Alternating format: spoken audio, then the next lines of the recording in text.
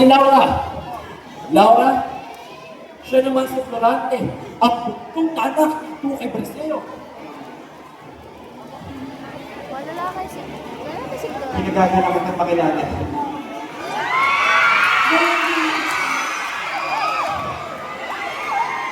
Ang seminaryo, ang matalik na kaibigan ni Florante.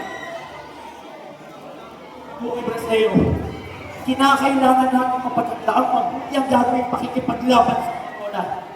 Ikaw Manango, ang magiging kaagapay ni Florante sa gagawing pamumuno ng aking po. Sumasakayan ka ba? Isa pong napakalaking karangal, Haring Lucer.